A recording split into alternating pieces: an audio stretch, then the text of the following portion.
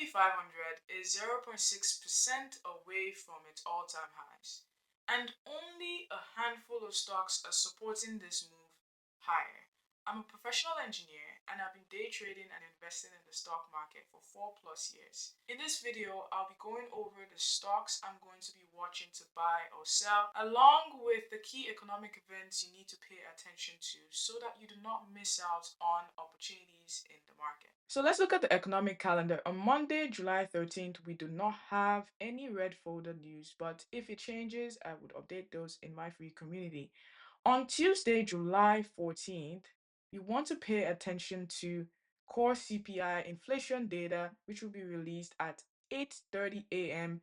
Eastern Time. But you also want to pay attention to 10 a.m. Eastern Time as well, because that's when the Fed chairman, Wash, will be testifying, and the market wants to know what his approach with dealing with the economy and inflation would be.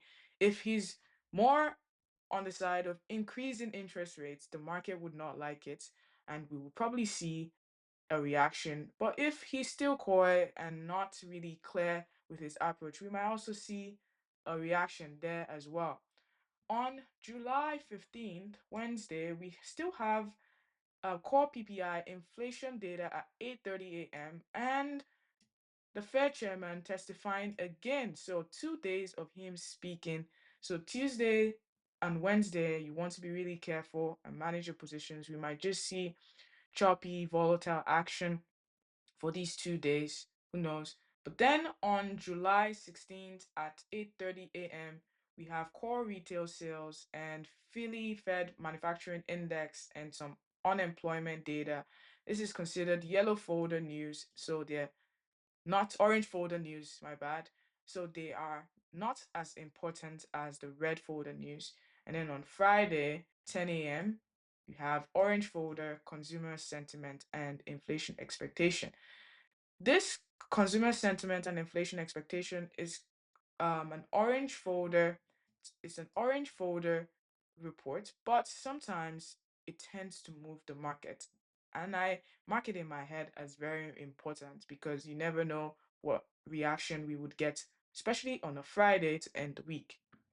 Now that we have talked about the economic calendar, let's go and talk about earnings calendar because we are starting the earnings season. And as usual, we have the big banks opening up the earnings season starting Tuesday as well. Tuesday is big with JPM, Goldman Sachs, Bank of America, Citi. The big banks are reporting. So, and they report before open, which is also when inflation data is dropping. So we would definitely see some reaction, depends on what the bank report and what they say.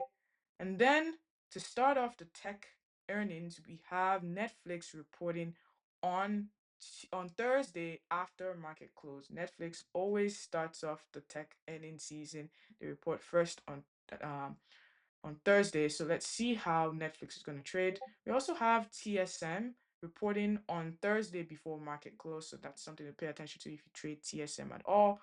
But Netflix, all eyes on Netflix. Netflix hasn't really been performing well. So let's see how it does. Okay, let's look at SPY. Last week we started off selling off and we held the 739.51 level, and we finally broke above this resistance that we had at 752.30. We retested here and then we continued higher into resistance at 755. Now we got news regarding the US and Iran conflict, so I'm not too sure about a gap up on Monday. So what we can do is just look at possible scenarios. If we fail to hold 747 at any point, there's a chance that we would possibly come lower to first 743.96 and then come back down to this 739.51. Question now is, if we come back here, because we've revisited this area 2 times, right, since July started. If we come back down here, would it hold? If it doesn't hold, SPY has lots of room lower, even down into 730s. But let's not get ahead of ourselves. We would trade what we see every every day, and I'll update those in my free community what I'm doing. If for some reason, but do we form a double top or do we break above and we see a retest of this previous this all-time highs 317.40 is what I'm watching for upside on Apple. I want to see if we break above the previous all-time highs, right? The all-time highs of 317.40, and we continue higher into 325. There's room to 325 on this name if it's able to get above the all-time highs. If Apple fails 307.05, that's when this move, in my opinion, would look like, okay, it will be over and we'll start to probably see some downside on this name as well. So just keep an eye out on the 317.40 for a break, hold, retest for continuation towards the upside. Or if this 307 fails to hold, we'll most likely see some downside to 305, 305, 300, and so on. Next name on the list is Tesla. What are we watching on Tesla? Tesla has been eating the buyers and the sellers' money. We are able to get above 755, ideally. There's room to 756.68, and for SPY to fill this gap at 757. Let's see what happens. But so far, it's been really choppy, and we've been looking at it on a day-to-day basis, because right now what the market is doing is consolidation. We need to pick a direction and finally get out of this range. Let's look at QQQ. QQQ, on the other hand, has been weaker than SPY. Makes sense because tech names are pretty weak. They're not really supporting this move higher. Only a handful of them are supporting this move higher on the indices. So on QQQ, what am I watching? I want to see if we eventually get above the 726. It's been hard for us to get above the 726, the 39 area. If we're able to get above it, there's room to 730. If 730 holds, then we can potentially push higher to even fill this gap at 735.76.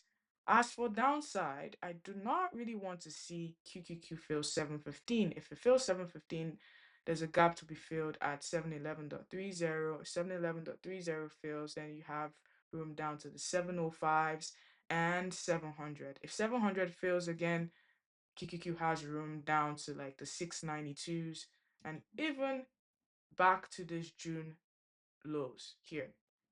So that's what I'm watching on QQQ and SPY. I'm going to talk about Netflix. Sorry, Netflix, since it's reporting earnings this week.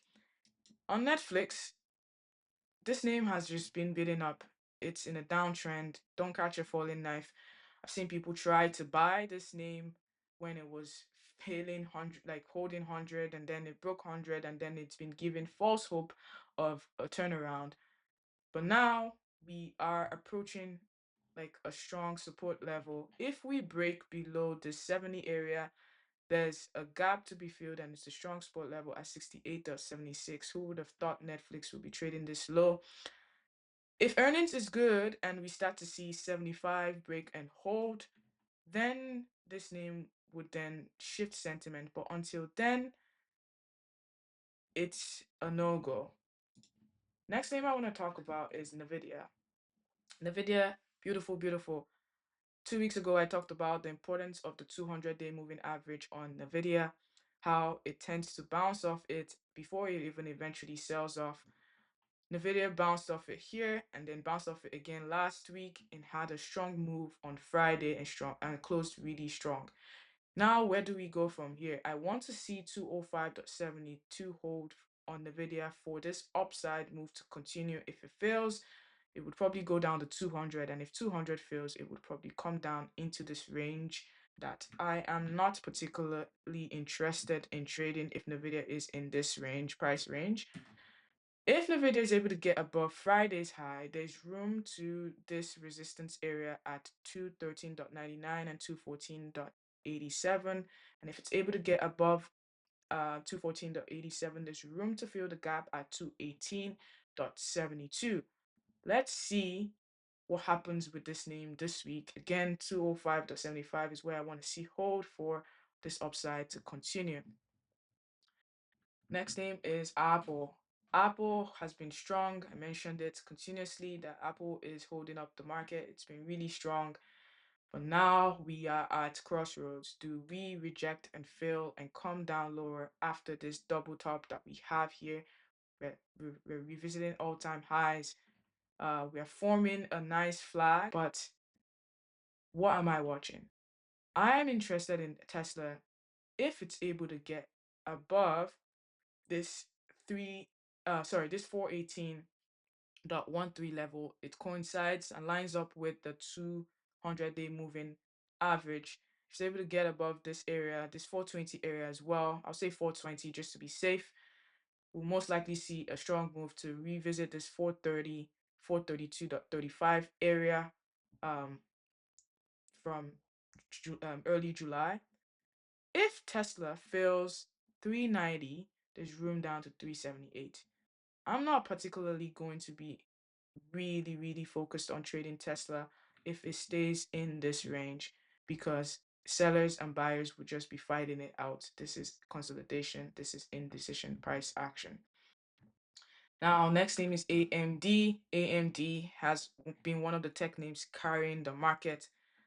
What am I watching on AMD? I want to see if AMD is able to build above this 557.99 area and we see a push into 572. If 572.50 holds here, there's a chance that AMD will push to at least fill this gap at 580.82. If we see this gap fill area hold, all-time highs is possible, and even a push to 600. This 600 could be the magnet for this stock, but who knows? Let's see what happens. If AMD fills 535.20, there's room to fill this gap at 517.